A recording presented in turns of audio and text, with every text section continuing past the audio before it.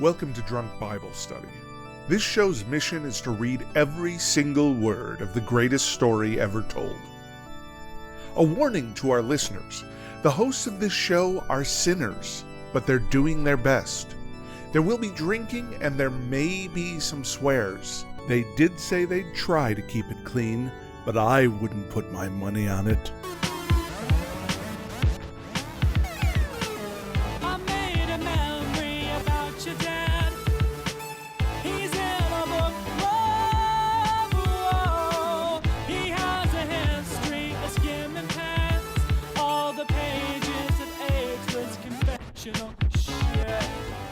I'm Emily, and this is Drunk Bible Study, where my good friends Dedeker and Jase teach me, a born and raised atheist, all about the Bible. So Jase and Dedeker, how are we doing today?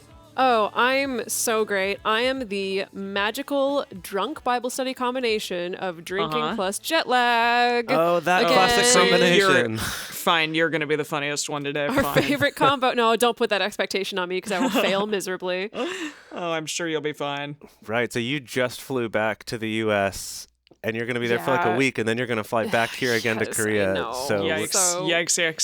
We're going to get all kinds of... And then I'm going to fly to Australia. So we're going to get like several episodes of me being jet lagged, quite realistically. Yeah. Okay, well, I'm looking forward to that. I'm just going to say every time I get jet lagged, I always do kind of wonder, I'm like, is this taking years off my life?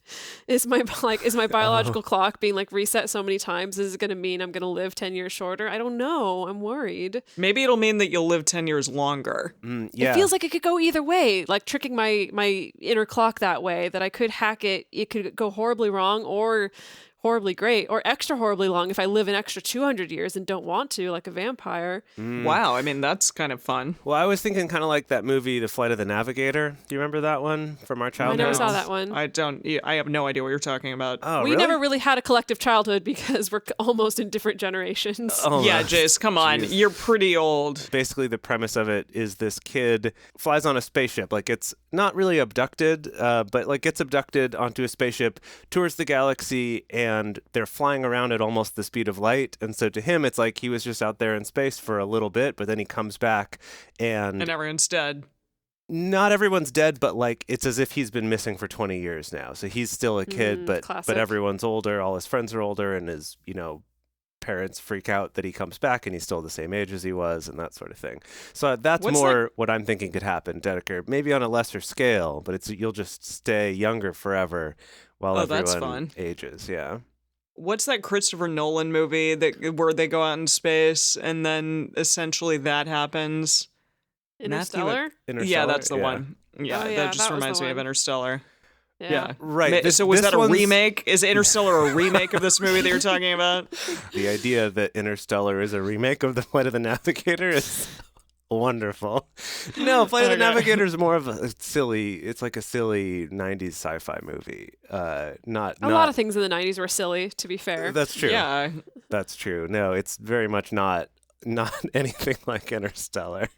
We don't tolerate any silliness this day and age. Everything's gritty reboots. That's true. Yeah, is there like anything out there that's actually the first time anymore? I mean, the Bible's definitely not a new idea, and we're not quite doing a gritty reboot. I do think we're doing kind of like the 90s silly remake of the Bible. Wow. That's like a fun way to put it. I love that. I know, right? So maybe we should be when we're casting our film, maybe we should be thinking of more 90s celebrities. Like maybe we got to get some Brendan Fraser in there. Oh, boy. Yeah, it'll be great. That reminds me of last year when you and Alex were hanging out with me and we watched that Brendan Fraser movie.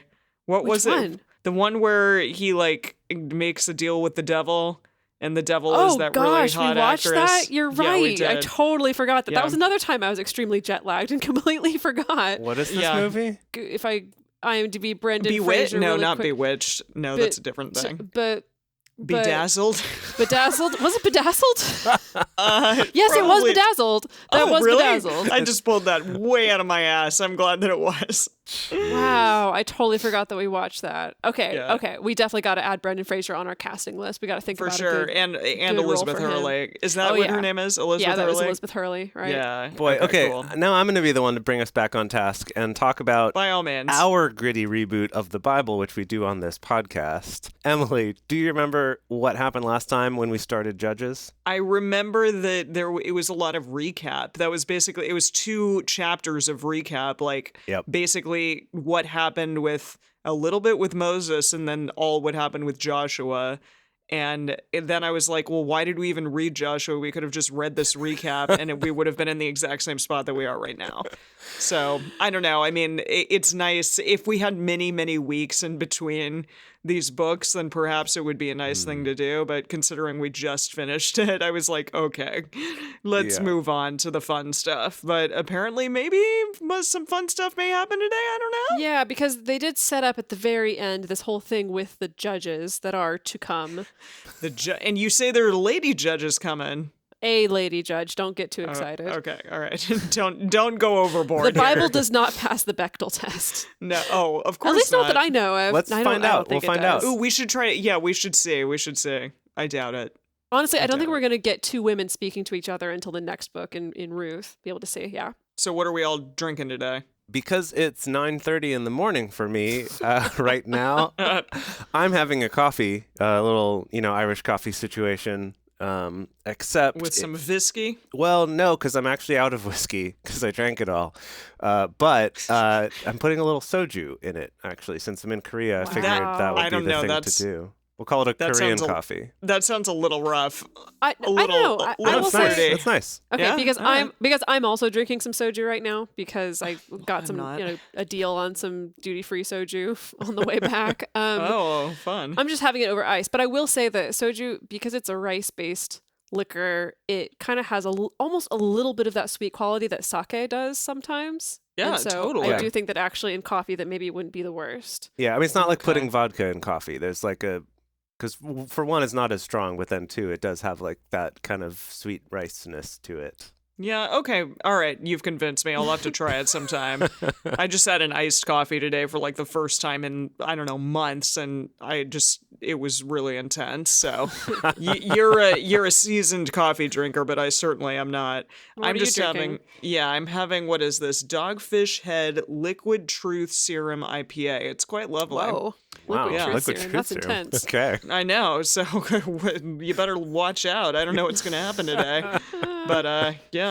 She's finally gonna let loose all her long harbored resentments about us. Oh gosh, yeah. Oh no, goodness, I do that on a daily basis anyways. No, I'm kidding. It's not gonna be different. No, I love you both very much. But all right.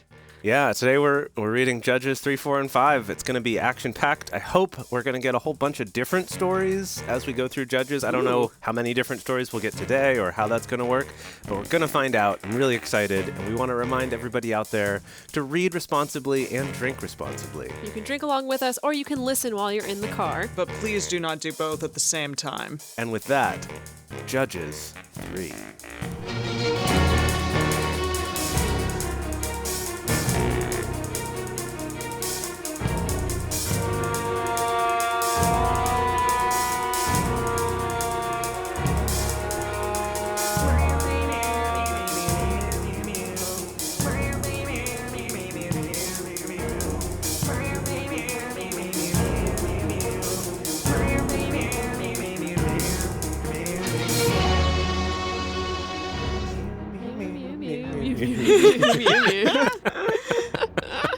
Now these are the nations which Yahweh left to prove Israel by them, even as many of Israel as had not known all the wars of Canaan.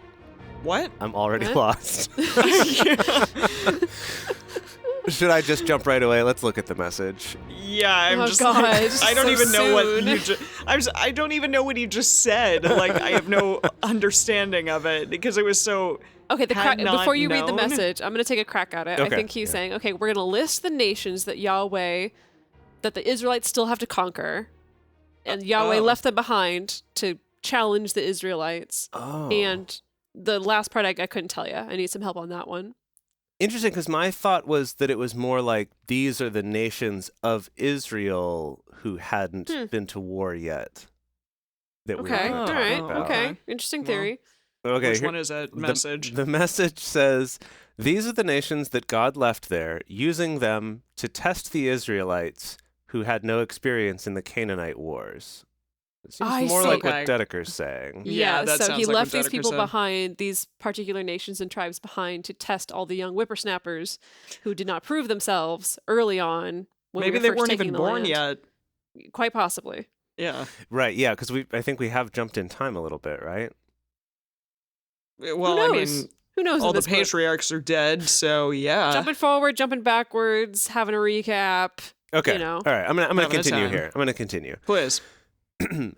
Only, this is really hard. Only that the generations of the children of Israel might know to teach them war, at the least such as before knew nothing of it. What? This is like old English. Did we is suddenly so like hard. jump into the King James translation? What is happening here? I'm pretty sure it's just reiterating, like, now the Israelites had to war these people, not because they were weak and not because they did a bad job of driving ahead of time. It's because Yahweh wanted to test them. It was a proving ground. It was their training. I think it's just reiterating that. Yeah. Okay, and this sentence is not finished yet. Let me go back. Dear. I'm gonna try was to the get. whole wait? Is that the whole like? Was the sentence still from the first line too? Yes. Let me hit Okay. you. Oh, boy. Let me go back One to the heck of a long beginning. sentence. I just want to try to All get right. this whole sentence in one, kind of let it wash over us, and maybe it'll make a little more Okay. sense. Okay, here we go. Okay. Now these are the nations which Yahweh left to prove Israel by them, even as many of Israel as had not known all the wars of Canaan, only that the generations of the children of Israel might know, to teach them war, at the least such as before knew nothing of it, namely, the 5 lords of the Philistines, and all the Canaanites, and the Sidonians, and the Hivites, who lived on Mount Lebanon, from Baal Hermon to the entrance of Hamath, period. So that was all one What? sentence. Sorry. That part that's like, at the least which thereof Thor so whatsoever can be. It's like an 8th grader writing an English essay. Just trying to pad Thinking it out. they're sounding very fancy. Yeah. Boy. Okay. Okay, so that's the list of. So it's like these are the 5 kings and nations, and these are the people that still have to fight. Yeah. Okay, that are still left. See, I just figured that those people would be left alone now. And Oh, that, no. Oh, No. dear. No. Oh, We dear. cannot leave anyone alone. Israelites are right. not good at leaving anything well enough alone. Okay, well, here we go. Okay. They were left to prove Israel by them, to know whether they would listen to the commandments of Yahweh, which he commanded their fathers by Moses. The children of Israel lived among the Canaanites, the Hittites, and the Amorites, and the Perizzites, and the Hivites, and the Jebusites. And they took their daughters to be their wives, and gave their own daughters to their sons, and served their gods. Wait, I thought that they weren't allowed to do that anymore. Oh, yeah, But they did it. That they did They it. broke the rules. Whoops. The children Okay. of Israel did that which was evil in the sight of Yahweh, and forgot Yahweh their God, and served the Baals and the Asheroth. No, we said it's Christian I bet Bale, they did who's- serve the balls. They served the Baal. Christian Baals, the Baals, and the Asheroth. Oh, she's back. Did we ever cast Asheroth? We never did. She showed up before we were casting, really. Yeah. she never She's really- the God's ex-wife or something. Yeah, she doesn't really have a speaking part. But who would be a good, like, bitter ex-wife? Or no, ex-wife who's probably not bitter, but Yahweh is bitter about it. So I feel like it needs to be someone really awesome so that we Yeah. can understand But why when- The Rock would be but so when you're jealous matched of with her. The Rock, it's like, who are we going to boy. match Salma to The Rock? Hayek. Could I make a pitch for Beyonce? Oh, I mean, yes, well, yes, jeez. 100%. Yeah, 100%. I mean, whew, Asheroth yeah. is definitely Beyonce. Yeah, Okay. you called that. Love Okay. it. Great. Now, I Love like it. Salma Hayek. We're going to keep Salma Hayek on the list, but I think for she can do sure something else. Yeah, she'll do We something. need She the could do something else. gravitas of Beyonce. That's that's what I okay. was thinking. She's Yeah. the Asheroth / Asherim, Yahweh's ex-wife, whatever. Right. Okay. Yeah, totally. Okay. Therefore, the anger of Yahweh was kindled against Israel, and he sold them into the hand of Cushan Rishathaim, king of Mesopotamia. And the Whoa. children of Israel served Cushan-Rishathaim 8 years. Whoa. Jeez. Wow. That's a long time. That's a big development. That's a big development. All of them or just some of this is very confusing. Okay. They were sold into the hands. That's just we've spent like 5 books. Is that what setting I up. know, getting them away from this life of Yes. servitude, and now they're back. But wait a Now minute, they're back. that's my question too. Does he mean every single Israelite was sworn or was sold to this guy? It To seems Cushan like a lot. Cushan Rishathaim? Well, do they Cushan-Rishathaim. Strawberry Kush. Cushan Do you think that? Rishathaim, yes. Do you think by they say served, do you mean like they literally all became slaves, or is it more that the king kind of conquered the area and was like, hey, all this is mine now, all y'all are mine now, and they're like, dang it, and then 8 years later they finally figured it out? It does seem like anytime they say was sold into the hands of whatever, it seems like more often it means that, like that they got conquered or that they ended up having to serve someone else. Okay. Maybe we should look into this for the bonus content of historically what actually happened here with the king of Mesopotamia.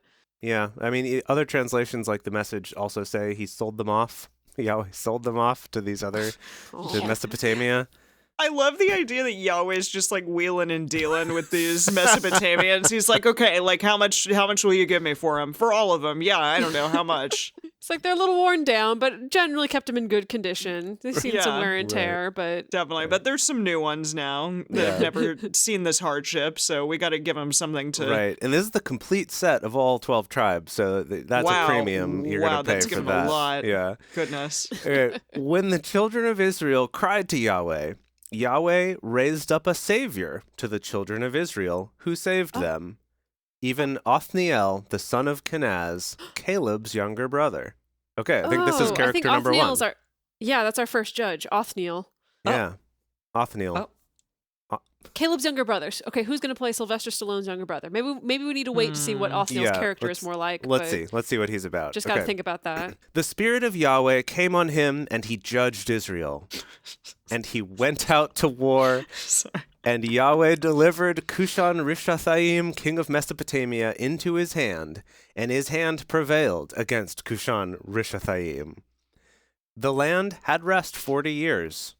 Oh. Othniel, the son of Kenaz, died. Wow, that was it? Jeez. Okay. Okay, that was what did he do any judging?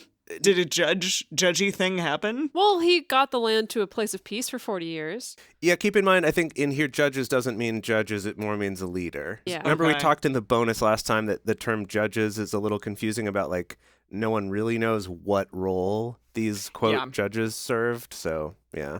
Okay. Well, that was the whole story. Wow, we got that. Yeah, I know. I'm like, and there was 40 years of the story, just like bada bing, bada boom. There we go. Yeah, okay. Well, here we go. Moving on. The children of Israel, again, did that which was evil in the sight of Yahweh. And Yahweh, and Yahweh strengthened Eglon, Eglon from the Ghostbusters. Eglon, the king of Moab. Who are you going to call? Yeah, you know, Egon. He strengthened Eglon, the king of Moab, against Israel because they had done that which was evil in the sight of Yahweh. He gathered to him the children of Ammon and Amalek, and he went and struck Israel, and they possessed the city of palm trees. Okay, hang on.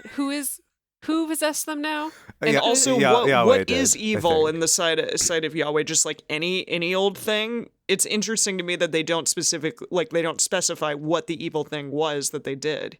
Well, they kind of did before. It's that they started worshiping other gods and all the stuff that was prohibited before, right? I think that's Actually, I think it's kind of nice that we're not repeating all those things every time here. All right. Let's count our blessings. Touche. Okay, sorry. Yeah, so this is King Egon from the Ghostbusters. He's the one who gathered to him the children of Ammon and Amalek, and then he went, struck Israel, and possessed the city of palm trees. Okay. The children of Israel served Eglon, the king of Moab, 18 years. Gosh. Oof. But when the children of Israel cried to Yahweh, Yahweh raised them up a savior, Ehud, the son of Gera, the Benjamite, a man left-handed. Really? Like, is he the first left-handed man in the entire world? Southpaw. What did you just say? A southpaw. Is that a thing? I've never heard anyone say that. Is that I want to say that that's a left-handed thing? person, but now I'm really afraid that it's actually a racial slur. So let me Google that real quick. Generally, maybe. I've heard it used in baseball specifically. So you'll refer to a left-handed pitcher as a southpaw. Oh, interesting. But I don't know. But I don't know where that comes from. Yeah. Well, hopefully we're not saying something horribly offensive right now. I'm going to move on. Yes, hopefully. So we got a new savior. And this is Ehud, the son of Gera, the Benjamite, a man left-handed. So we got to be sure we cast someone left-handed in this, since it's, called out so specifically here. It's okay. Okay, sorry. It's okay. It's okay. It's from baseball. The origin is from baseball. Okay. Great. Because the usage in baseball is from the orientation of the diamond to the same points of the compass, causing the pitcher to have his left hand on the south side of his body. Beautiful. I think we're clear. Love it. Okay. Perfect. Great. So, the children of Israel sent tribute by him to Eglon, the king of Moab. Okay, so this Ehud, left-handed guy, went and gave tribute to Eglon, the king of Moab. Could I make a pitch for Paul McCartney? This would be sort of his quick little cameo role, being a famous left-handed person. We just watched the 5th Pirates of the Caribbean movie where for some reason Paul McCartney has a cameo. What? Are you kidding me? Oh, it blew us out of the 5th freaking one. water. I was like, why are you in this film, Paul McCartney? I don't know why I just conflated Paul McCartney with Paul Simon, and I was like, we're going to have a very short man play this, because Paul Simon is like, yay high. He's a little No, this little is man. Paul McCartney. This is he'll only have time for a little cameo like this. But I think he's got things to do. Let's lean into it. And what's the character's name? He is left-handed. He's Ehud, the son of Gera, the Benjamite, a man left-handed. If you could just I'm just gonna write Ehud. Ehud the left-handed. Yeah, there you Ehud go. the southpaw is what I'm gonna write. Okay, fine. Okay, that's Paul McCartney. Great. Okay, moving on. Ehud made him a sword which had 2 edges, a cubit in length, and he girded it under his clothing on his right thigh. Gird your loins. Yeah, I guess that's the term here, right? We're binding it up under his clothing on his right thigh. He offered the tribute to Eglon, king of Moab. Now, Eglon was a very fat man. Gosh. We're getting a lot of extra character details we don't normally I've get. never gotten really, this specificity. I know. It's and he had a single white strand of hair protruding from his left eyebrow. This is very specific. When he had made an end of offering the tribute, he sent away the people who bore the tribute. But he himself turned back from the quarries that were by Gilgal and said, I have a secret errand to you, king. Oh. He said, keep silence. All who stood by him went out from him. Ehud came to him, and he was sitting by himself alone in the cool upper room. So cool. Who wrote this version of this freaking thing? I love it. It's just so different than the previous chapters. It is very different. It's super different. Wow. The fact that we're getting any sort of extra descriptions and adjectives thrown in. Yeah. Yeah, and it's not and then Yahweh commanded. It's just Ehud said, right. This thing. And yeah, it's just very, very, very different from the other chapters, the other books. What do you think makes this upper room cool? I was thinking blacklight posters and definitely. Sweet. Things like those ones with the lava felty lamp. stuff on them. At least one lava lamp. Yeah. Maybe the glow-in-the-dark stars on the ceiling. Oh yeah, that's for cool. For sure. Oh, and like a little disco ball type thing. Definitely. You know, with those little ones from Spencer's Gifts, like that type of thing. Oh yeah. I'm thinking everything from any of those 90s gift shop / head shops. Right. Totally. Yeah. Okay. All right. Right. So everyone left. Ehud came to him, and he was sitting by himself alone in the cool upper room. Ehud said, I have a message from God to you. He arose out of his seat. Wow. Ehud put forth his left hand and took the sword from his right thigh and thrust it into his body. Jeez, I have a surprise for you. Death. Jeez, Paul. Also, okay, so Paul McCartney, brutally murders this guy. And I guess it's important he was left-handed because he was able to do this with his left hand, so the guy didn't see it coming. I see that they're not expecting that it's coming. Right. Yeah. And the guy had it strapped on his right thigh, I guess. Am I he's like understanding Link. this? Link is left-handed in like all of the... Yeah, but that's how it works with swords, is you wear the scabbard on the opposite side. Exactly, so you can be like, it. ahoy, and grab it. Unless it's a lightsaber, in which case it's on the same side as your dominant hand, because Why you don't is need that? to pull. Because you don't need to pull a lightsaber out of a scabbard. You don't need the room. You just Right, because it put it in your doesn't hand like a become gun. long like a sword till you've got it out already. yeah. Yeah, until you press a button. Uh-huh. Cool. Okay, just because I want to understand a little better, I'm going to read the message here real quick of this same account. So, and then there's more. Then it gets crazy. Okay. Of course. So, Ehud made himself a short two-edged sword and strapped it on his right thigh under his clothes. Okay. He presented the tribute to Eglon, the king of Moab. Eglon was grossly fat. After Ehud... Gross cheese message. You really got to bring us some body shaming Goodness. in there. My Sure. goodness. Seriously, goodness. After Ehud finished presenting the tribute, he went a little way with the men who had carried it. But when he got as far as the stone images near Gilgal, he went back and said, I have a private message for you, O king. The king told his servants, leave. They all left. Ehud approached him. The king was now quite alone in his cool rooftop room. I love that. It's a rooftop space too, even cooler. Yeah. Dang, It's a sweet- Maybe there's a fire pit. Oh, yeah. Ooh, yeah, it'd be really good. palm trees. Neat. I have a word of God for you. Eglon stood up from his throne. Ehud reached with his left hand and took his sword from his right thigh and plunged it into the king's big belly. Okay, so yes. All right. Now I'm going to go back to the World English Bible.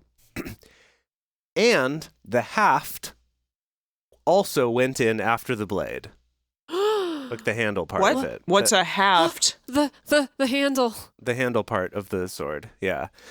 Also, the haft went in after the blade, and the fat closed on the blade, for he didn't draw the sword out of his body, and it came out behind. Jeez. Okay, so This wait. level of I thought that they graphic said it was a detail. short sword. It was like a super short sword. Right. It was so short that it like got enveloped in this fat guy's body. So And then came out the other side. Ugh. right, so then he leaves it in there, I guess. Okay, so the next verse is Well, what else are you gonna do? yeah. He's like, well, I'm not getting that back, so. He's like, dang it! It's the third time this week. Then Ehud went forth into the porch and shut the doors of the upper room on him and locked them. Okay, there's a porch here. And we just found something else out about this room. Now, okay, the plot thickens. Now, when he was gone out, his servants came, and they saw, and behold, the doors of the upper room were locked. And they said, surely he is covering his feet in the upper chamber. What does that mean? I have no idea. What does that mean, covering his feet? Is that a euphemism for like... Check this out. The message says, they saw that the doors to the rooftop room were locked, and they said, he's probably relieving himself in the restroom. Oh, I see. Wait, His pants down his around Covering his feet, I ankles. see. That's okay. clever. I like Very clever. clever. I like this What as a euphemism. euphemism. Just be like, oh, I'm going to go cover my feet. Give me a second. Yeah, exactly. It's like, oh, where's so-and-so? It's like, oh, they're covering their feet. They'll be back in a second. Gosh. I love that. Okay. They waited until they were ashamed, and behold, he didn't open the doors of the upper room. Therefore, Like, he's taking a really long time. Wow. Yeah. Therefore, they took the key and opened them, and behold, their lord was fallen down dead on the earth. Yep. Ehud escaped while they waited, and passed beyond the quarries and escaped to Seirah. It happened, when he had come, that he blew a trumpet in the hill country of Ephraim, and the children of Can Israel... we change that to him actually like strumming a guitar, since it is Paul McCartney? I don't know. I think Paul McCartney would be into the trumpet thing. Just Oh, but what if breaks into that opening strum of Hard Day's Night and just goes for it? Love it. Oh, see, I was thinking he actually does have a trumpet, and he plays like the opening to Sergeant Pepper or something like that. You know, like one of the marching. Oh no, maybe band it's the things. opening of All You Need Is Love. The like. Oh yeah. Yeah, totally. Okay, perfect. Stabs. Oh no. Wow. Oh boy. Okay. And the children of Israel went down with him from the hill country, and he before them. He said to them, "Follow after me, for Yahweh has delivered your enemies, the Moabites, into your hand." They went down after him and took the fords. He's like, "Come together right now over me against the Moabites. They went down after him and took the fords of the Jordan against the Moabites and didn't allow a man to pass over. Wait, is that like fording the river like in Oregon Trail? I assume so. Or maybe they went to like the points where people do ford the river, and that's where they didn't allow a man to pass over. They struck of Moab at the time about 10,000 men. Wow. Every lusty man and every man of valor, and there escaped not a man. What even? Why? What? I mean, the valor I get, but why do they have to talk about the lusty men? So I guess it's just that they struck the Moabites, 10,000 men, like all of them, from the valorous ones to the lusty ones. Everyone. They didn't discriminate. Everybody. So Moab was subdued that day under the hand of Israel. The land had rest 80 years. Wow, 80 years. Wait, had rest, meaning like there were no other conflicts? Yeah, like they weren't 80 years? Yeah, they weren't conquered by anyone for 80 years, I guess. Wow. Sweet. What a story. Yeah. After him was Shamgar, the son of Anath, Shamwah, the son of Anath, who struck of the Philistines 600 men with an ox goad. He also saved Israel. Are we gonna get more of that story? No, I think that's all we get. Oh. What is an ox goad? Using a cattle prod is what the message says. Ugh. Just okay. So a thing just to bother oxen to going in a direction that you want them to? Let me just hit you with this from the message. This sentence is, using a cattle prod, he killed 600 Philistines single-handed. Wow. That's amazing. Wow. Gracious. Okay, and that's the whole story of Shamgar, I guess. ShamWow, that's it. ShamWow. You don't get much. You just get like a footnote in the Bible. Yeah. Dang. Okay, all right. Can we, for that cameo, can it be the ShamWow guy? I mean, I would love it to he's be dead. Yeah. You know, I met him once. Why? Oh, this is a story for another time. Okay. It's a weird story. All right. Okay. Also, everything I'm reading says that he's alive. Oh, okay. Whoops. So who was I thinking of that died? Oh, Billy Mays? Yes, that's the one. That's the guy. OxyClean. I was thinking that they were the it. same person, Okay. but they're not. Fine, Okay, then yes, call his agent. Okay, perfect. Drop my name. Maybe he'll remember me. Yeah, exactly. Do you remember when you met the famous Dedeker Winston? Yeah, well, she has a proposition for you. An offer you can't refuse. Yeah, exactly. Okay, let's do this. So we're on to Judges 4. The children of Israel again did that which was evil in the sight of Yahweh when Ehud was dead. I mean, of course, like, they never learn. That's what we've learned. That's true. Is that they never learn. Yahweh sold them into the hand of Jabin, king of Canaan, who reigned in Hazor, the captain of whose host was Sisera, not Cicero, but Sisera, who lived in Harosheth of the Gentiles. Gentiles, I think. Gentiles. This one's going to come up a lot, the Gentiles. So let's. Gentiles. Yeah. Okay, yes. I've heard of a Gentile, so. We're all Gentiles. Gentile, because we're not Jewish? Yep. Cool. The children of Israel cried to Yahweh, for he had 900 chariots of iron. In 20 years, he mightily oppressed the children of Israel. We are just like snippety snapping, moving in time. I know, here. my head is spinning. Every single time that it suddenly fast forwards into all this action, I really do feel like my head is spinning. 20 I'm like, years. Wait, what? Huh? Exactly. You're like, but what's their whole lineage, or what are the exact routes that they took? But what's all the between like these two places? you have the very Seriously. specific rituals they have to do? Why you're not going to tell me that No, 3 times so we that I don't care. understand it? Whatever. It doesn't matter. It was really important back then, but you know what? Now we've got better things to worry about.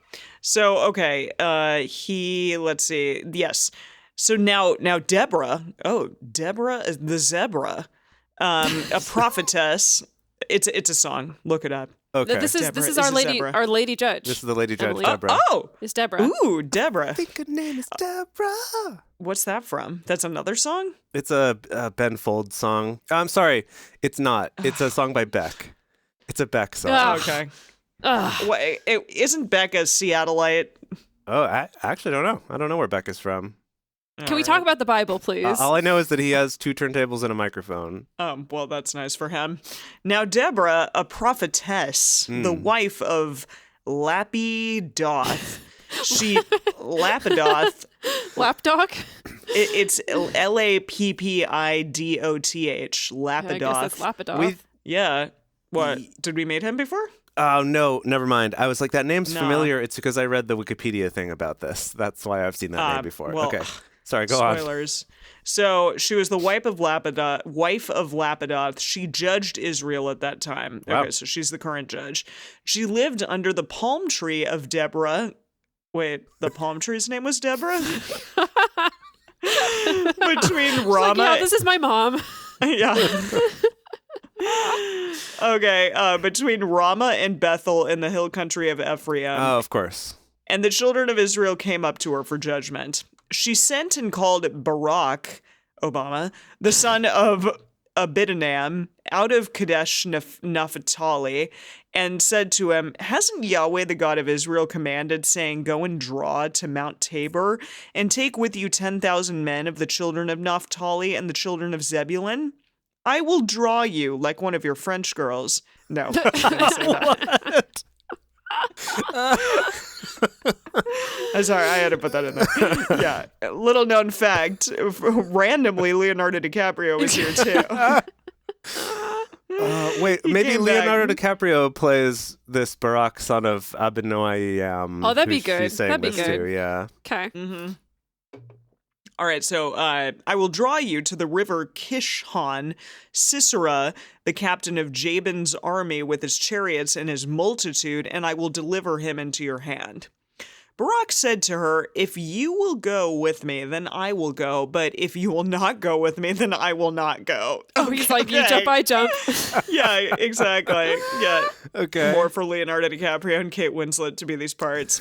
That would be funny. What if Kate Winslet was Deborah the zebra? Deborah, but I need someone more badass to be I'm sorry, Kate has, done well for herself. That's true. Why hasn't Winslet won one? But she did win. She won for the reader. Anyways, okay, well, I guess Kate Winslet Winslet is Deborah. That was kind of an unexpected casting choice. I was kind of hoping to cast Judge Judy as the only female judge, but we can save her for another time. That's such a good idea, though. I just feel like, I don't know. I feel like Deborah's younger than Judge Judy, but if you want to cast her, no. We can have them duke it out. We can have their agents duke it out. This synchronicity between, Barack Obama, played by Leonardo DiCaprio, and then giving each other Titanic maybe lines. We should have someone else play Barack Obama than Leonardo DiCaprio. That's like a Scarlett Johansson playing every person of color situation, which is not good. Not good at all. Okay, yeah. How about, can I hit you with this? What if we went a totally different direction, and as Barack, we cast Barack Obama in this little cameo here, and cast... They're getting into like film and TV anyways. Right? So, yeah. And then cast Judge Judith Sheindlin as Deborah. So this is sort of our section for like, non-actor type cameos to come in because they're sort of short parts. There is a picture on the internet of Judge Judy and Barack Obama being in the same room together. So... Oh, okay. Well, it has happened. They already know each other. Perfect. Maybe he's like, I'd love to work with Judy. Oh my God. Y'all, this is a nutso picture of Barack Obama, Judge Judy, and Samuel L. Jackson in the same freaking picture. We've got to get Samuel L. Jackson in one of these parts. Oh, for sure. It's just this picture is amazing. Y'all out there listening, just Google. I just put in Judge Judy, Barack Obama, and this was like the first picture that came up, and it's great. Perfect. Here we go. Barack said to her, "If you go with me, then I will go, but if you will not go with me, I will not go." You jump, I jump. She said, "I will surely go with you, notwithstanding the journey that you take shall not be for your honor, for Yahweh will sell Sisera into the hand of a woman." Wow. Deborah arose and went with Barak to Kadesh. Barak called Zebulun and Naphtali together to Kadesh, and there went up 10,000 men at his feet, and Deborah went up with him. Now Heber, the Kenite, had separated himself from the Kenites, even from the children of Hobab, the brother-in-law of Moses. Oh, Hobab is the brother-in-law of Moses. Okay. How is he still alive? Here we go. And had pitched his tent as far as the oak in Zanam. We should probably drink for pitching tents. Oh, yeah, sure. It's been a while since we've pitched any tents. It's been a while, but I certainly didn't forget about it. So he pitched his tent as far as the oak in Zananim. Zaanannim. Wow. Yeah, that's a lot of A's and M's, okay? There doesn't need to be that many in a word. Which is by Kadesh. They told Sisera that Barak, the son of Abinoam. Sorry, this is tough, okay? I have gotten many emails from people saying I did a good job, and I appreciate those people. Thank you out there who are emailing me and telling me how good I am. Thank you for making me feel better about how hard this is. Okay, I appreciate it. I appreciate you. They told Sisera that Barak, the son of Abonam, was gone up to Mount Tabor. Sisera gathered together all his chariots, even 900 chariots of iron, and all the people who were with him from Harosheth of the Gentiles, damn it, to the river Kishon. Deborah said to Barak, "Up! For this is the day in which Yahweh has delivered Sisera into your hand. Hasn't Yahweh gone out before you?" So Barak went down from Mount Tabor, and 10,000 men after him. Yahweh confused Sisera and all his chariots and all his host with the edge of the sword before Barak. Confused them with the edge of the sword. Okay. Yeah, how do you do that? You're like, woo, look at my sword. Yeah. And they're You're teasing them like a cat, exactly. With one of those cat teaser things. Oh, totally. Yeah, okay. The cat teaser thing, yeah. Even like a little, I don't know what you call it. I guess cat teaser thing is as good as any way to describe that, yes. So, with the edge of the sword before Barak, and Sisera alighted from his chariot and fled away on his feet. So Sisera ran, I guess. He was like, bye-bye. But Barak pursued after the chariots and after the host to Harosheth of the Gentiles, and all the host of Sisera fell by the edge of the sword. There was not a man left. All right. Wow. However, Sisera himself, fled away on his feet to the tent of Jael, the wife of Heber the Kenite, for there was peace between Jabin, the king of Hazor, and the house of Heber the Kenite. Jael went out to meet Sisera and said to him, "Turn in, my lord, turn in to me, don't be afraid."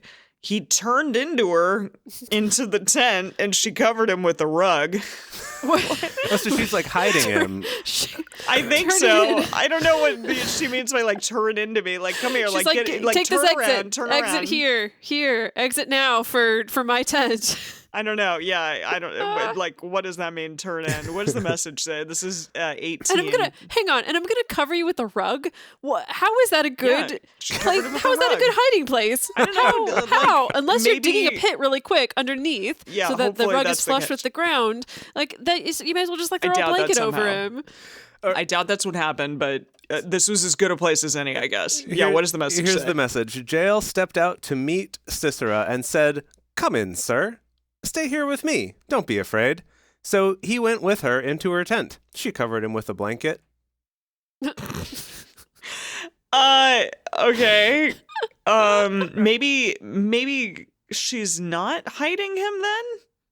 Maybe she's just giving him in. Maybe he was cold. Giving him. I see. Yeah. Okay. Oh, Maybe that's what's nice, happening here. Okay. All right. Well, I wouldn't have gotten that otherwise. So thank you, Jase.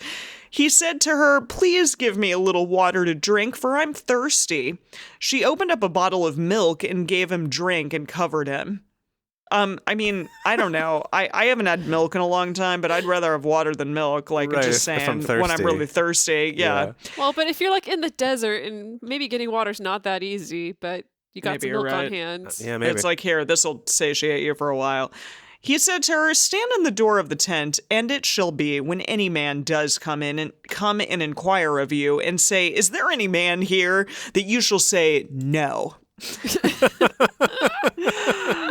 Cool. Look at him mansplaining to her how to deal with this situation. She was the one who invited him, and now he has to be like, "Okay, so this is a situation where we don't want them to find out. Okay, so." And she's like, "Are you freaking joking right now? Like, are you actually telling me how to like save you right now? Are you kidding me?" But anyways, here we go. Then Jael Heber's wife took a tent pin and took a hammer in her hand and went softly to him and struck the pin into his temples, and it pierced through into the ground, for he was in a deep sleep, so he swooned and died. Wow. So she's like, "This is what you get for mansplaining, dude." I guess you're right. I mean, that was a development I did not expect. Gracious. Whoa. Wait, who is this? Her plan the who whole is time? this? Was this Barack? Jael. Was this Jael? Okay, Jael. okay. Wow. I was like, who did this just happen to? I'm assuming maybe she was like, "Hey, come here. Oh, look, here's some milk. Here's a blankie. No problem. Death." Yeah, seriously. Is that what happened? Wow. So that's cool. Yeah, that happened. Two men dead. Action-packed. Yeah, it is. I know. Jeez. Okay. "Behold, as Barak pursued Sisera, Jael came out to meet him and said to him, 'Come, and I will show you the man whom you seek.' He came to her, and behold, Sisera lay dead, and the tent pin was in his temples." Yep. Oh, dear. So God subdued on that day Jabin, the king of Canaan, before the children of Israel. The hand of the children of Israel prevailed more and more against Jabin, the king of Canaan, until they had destroyed Jabin, king of Canaan. Wow, that was epic. And that's the end of 4. That was really intense. That was, turned into like a Tarantino film for a second there. Seriously, yeah, this was like Reservoir Dogs Part 2. Goodness. Wow. Okay. I like that. So if we're going to go sort of Tarantino in this section, I do feel like casting Jael and Sisera here is important. I guess we could put my good friend MC Gainey in this role. He was in Django Unchained, and okay, he was the one. Yeah, Django shot him, and he was like, "I'd like to see you die, boy." And yeah, and he dies. He was one of like the slave traders, like a really, really giant guy. Okay. He also was in what's the other show? Oh, Sideways. Have you ever seen that? I've never seen Sideways. I know I should, but I haven't. You should. Dedeker, have you seen it? Come on, it's about wine. Yes, I know. Okay, we'll have to watch it. We'll watch it at some point, right after we watch he's in that too. Monty Python and the Holy Grail with Emily. Okay, but who? Okay, so you want your so he'll be Sisera friend? Yeah, as Sisera. Sure, yeah. MC Eilish. What? MC Gainey. Okay, yeah. And then who's Jael, this badass lady who kills him? Wait, is this a lady? Yeah, Jael's the lady who said, "Come, I'll hide you," and then she gave him milk, and then she killed him with the tent pole. Well, we could have what's her butt from Kill Bill, Uma Thurman. Uma needs a bigger role than this, surely. Okay, well, I don't know. I know Uma Thurman's daughter, who is in Stranger Things. Oh season 3. Mia Hawke. What's her name? Mia Hawke. That's her. Is it Mia Hawke? She's adorable. I think this is good. This is a good role for her. Okay, that could be interesting. Maya Hawke. It's Maya Hawke. Okay. Maya Hawke. Okay. Great. All right. So before we go on to Judges 5, we really quick want to take a moment to talk about how you can support this show if you're enjoying it and having a fun time, because it's going to cost us a lot to make this movie. So please take a moment and listen to this little break. All right, Judges 5. Then sang Deborah and Barak, the son of Abinoam, on that day, saying... Wow. Well, Barack Obama can sing. Can Judge Judy sing? Can you imagine the two of them singing a duet together? No, Would that not be the best really thing can't ever? Imagine it, but I can try, but I can't. Hang on a sec. So I just looked, and this whole chapter is the song. Hell yeah. So love it. But I'm wondering, though, gosh, Judge Judy's so good, but we had said before that we were going to wait until someone had a song, and we were going to consider Lady Gaga. Lady Gaga. Yeah. No, we gotta, maybe Lady Gaga can provide her singing voice.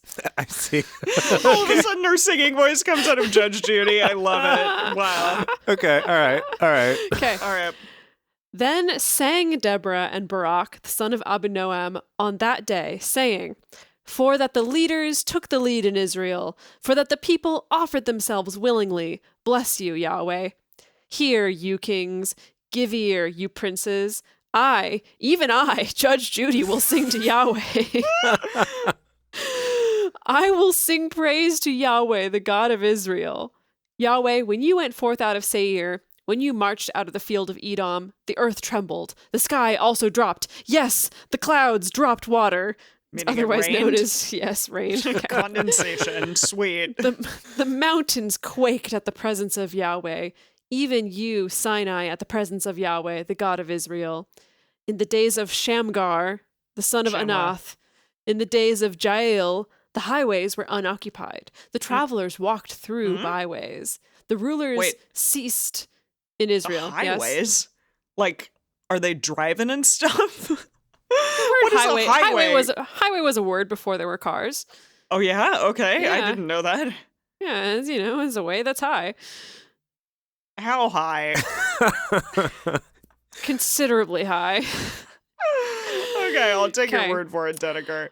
The rulers ceased in Israel. They ceased. Until that I, Deborah, arose. That I arose, a mother in Israel. Oh. They chose new gods. Then was war in the gates. Was there a shield or spear seen among 40,000 in Israel? My heart is toward the governors of Israel, who offered themselves willingly among the people. Bless you, Yahweh. Tell of it, you who ride on white donkeys, you who sit on rich carpets. I'm sorry, I've never seen a white donkey before, okay? Well, they're very rare and valuable, I guess. They are. I guess. You who walk by the way, far from the noise of archers in the places of drawing water, there shall they rehearse the righteous acts of Yahweh, even the righteous acts of his rule in Israel. Then the people of Yahweh went down to the gates. Awake, awake, Deborah, awake, awake, utter a song. Arise, Barak, and lead away your captives, you son of Abinoam. Then came down a remnant of the nobles and the people. Yahweh came down for me against the mighty. Out of Ephraim came down they whose root is in Amalek. After you, Benjamin, among your peoples. I feel like this song is starting to run out of steam a little bit. Is it still the song? Like, is that what's happening? This whole chapter is the song. Whole thing. Okay. Out of Machir came down governors. Out of Zebulun, those who handle the marshal's staff. Oh. What's the marshal's staff? Beats me. Maybe this is the bridge of the song. We'll look it up. Yeah, it's got to be a really long bridge. This isn't the chorus, yeah. Okay. The princes of Issachar were with Deborah. As was Issachar, so was Barak. Into the valley they rushed forth at his feet. By the watercourses of Reuben, there were great resolves of heart. Why sat you among the sheepfolds to hear... Oh, the folded sheepies. We love them. To hear the whistling for the flocks? Who is she singing to? Who are they singing to? And are they whistling to flocks? Are they like... I can't tell. Whistle. Are they like criticizing the rich people who stayed behind and didn't join in? Is that what's happening?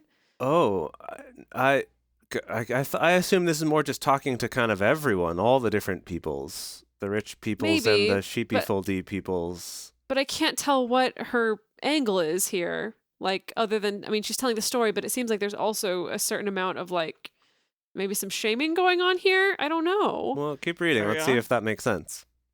Okay. Let's see if I can remember where I was. Folding sheeps here. Yes. At the watercourses of Reuben there were great searchings of heart. Gilead abode beyond the Jordan. Dan, why did he remain in ships? Oh, Dan. That Dan. Why did he remain in ships? What a question. How do we answer that question?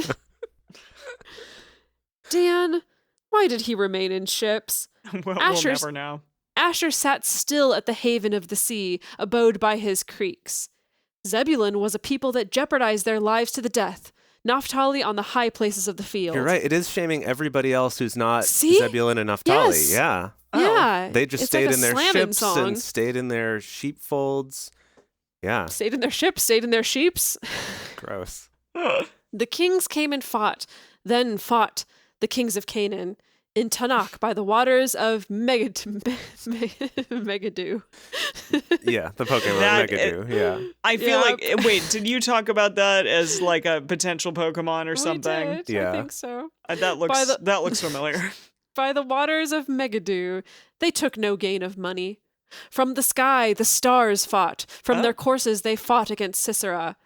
The river Kishon swept them away. That ancient river, the river Kishon. My soul, march on with strength. Then did the horses' hoofs stamp, by reason of the prancings of their strong ones. What? Read us that line horses. Again.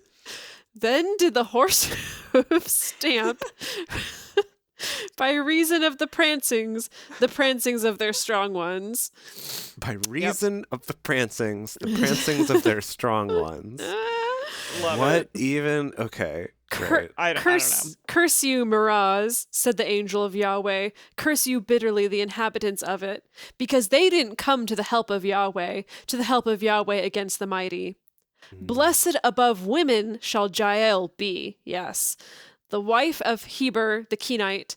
Blessed shall she be above women in the tent. He asked water, and she gave him milk. She brought him butter in a lordly dish. Okay. She brought that. I love that line. That might be my favorite line in the Bible so far. She brought him butter to a lordly dish? In a lordly dish. A lordly dish. I wonder what a lordly dish looks like. Like, gotta be real fancy. Yeah, gotta be real fancy. Yeah. Lots of curlicues on it. Maybe some little cupids. The message calls it a handsome bowl. Oh, a handsome bowl. I mean, okay, like but too. lordly dish is better. She put her hand to the tent pin, her right hand to the workman's hammer. With the hammer, she struck Sisera, struck through his head. Ew. Yes, she pierced and struck through his temples. Okay, we got it. Jeez. At her feet he bowed, he fell, he lay. At her feet he bowed, he fell. Where he bowed, there he fell down dead. Okay, now, I think that's the chorus. Did he bow or did he? Oh yeah, you're right. That is the chorus for sure. Through the window she looked forth and cried. The mother of Sisera cried through the lattice. Why is his chariot so long in coming? Why do the wheels of his chariot wait? What, the mother of Sisera is suddenly in this story? Yeah. That's random, but weird. Okay. Okay. Her wise ladies answered her. Yes. She returned answer to herself. Jase, you got to help me out. You got to help me out with this section. What is the message? What is going on in this section? Okay, let me hit you with the NIV, actually. Because the message gets a little, in my opinion, too free with this translation. Oh boy. Okay. So I'm going to try some NIV here. So, through the window peered Sisera's mother. To the wall. Through the window to the wall peered Sisera's mother. Behind the lattice she cried out, "Why is his chariot so long in coming? Why is the clatter of his chariots delayed?" The wisest of her ladies answer her, "Indeed." What? Indeed, she keeps saying to herself, "Are they not finding and dividing the spoils?" Okay, hang on. Okay, so can we translate this? So that didn't help. No, it didn't help at all. Sisera's mom. Okay, so Jael kills him. Yeah. She stakes him through the temples. Yes. Sisera's mom comes up to the tent, I presume, knowing that her son is hiding in there, and is like, "What's going on? Where is he?" No. I think she's waiting at the window of her house somewhere else that Sisera was on his way to. Sisera, not Cicero. Because she's looking through the lattice. That wouldn't be on a tent. You're right. Okay, so she's not at the tent. Okay, she's like looking with longing toward the return of her son. Yeah. And she's like, what's going on? He's taking a long time. And the ladies answer her. And by answer her, they agree with her and say, yeah, you're right. He is taking a long time. And Sisera's mom is wondering, they should be dividing the spoils by now. They should be why is I see. that? Okay. You think that's accurate? They could have written that a lot more clearly, but we did a good job figuring this out. I think you two did. She's well not done. finished. She's not finished pondering about what they might be doing. Maybe that's why they're taking a long time. This is a weird turn that the song has taken. Yeah. I did not expect Definitely. that this is where it would go. The song is all over the place. It's like an art like avant-garde song, like not exactly an ABAB format or something. Yes, more of like a progressive rock sort of thing. Exactly. It's super progressive rock. Yeah, definitely. Okay. Her wise ladies answered her, yes. She returned answer to herself. Have they not divided the spoil? A lady, 2 ladies to every man. To Sisera. Okay. Wow. To Sisera, a spoil of dyed garments embroidered, of dyed garments embroidered on both sides, on the necks of the spoil? ? Spoil? So she's so wondering if that's what he's doing, is getting all these fancy scarves and 2 ladies. And he's the only man, yeah. So let all your enemies perish, Yahweh, but let those who love him be as the sun when he goes forth in his might. The land had rest 40 years.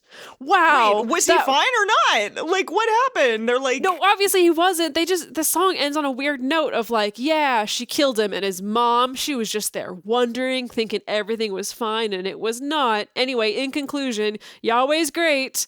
Right. Obey Yahweh. And then side note, 40 years of peace.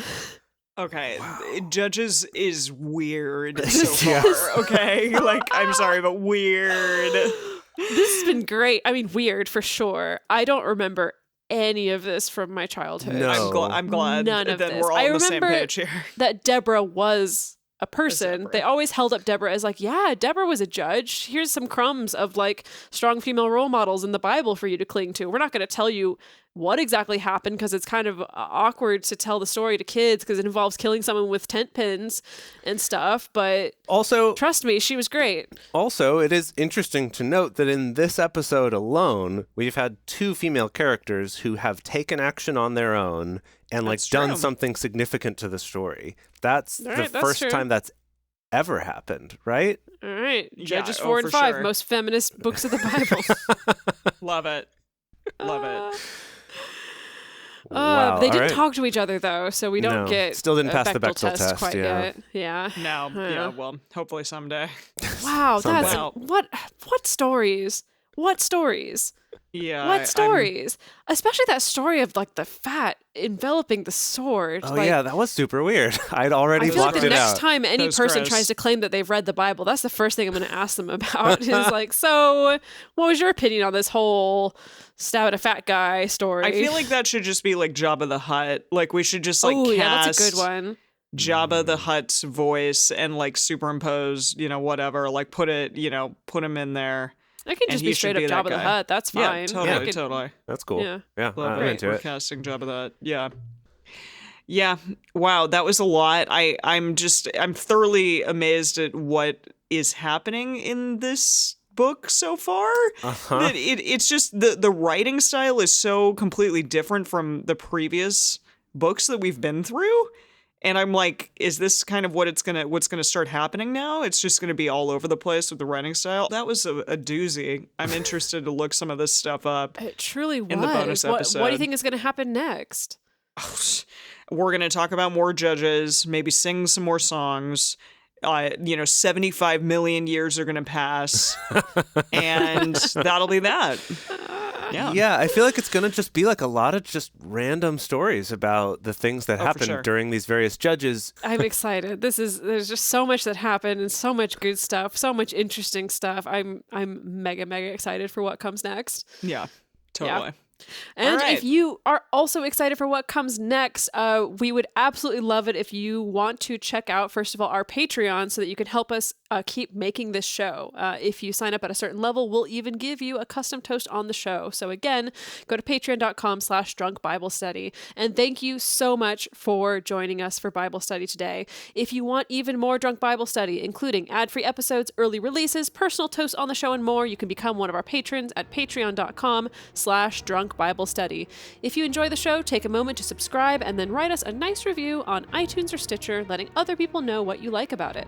Find us on Twitter at Drunk Biblecast, on Instagram at Drunk Bible Study, or send us an email to info@drunkbiblestudy.com. Drunk Bible Study is created and produced by Jase Lindgren, Emily Matlak, and me, Dedeker Winston. Our theme song is Book Club by Josh and Anand from their album Home of The.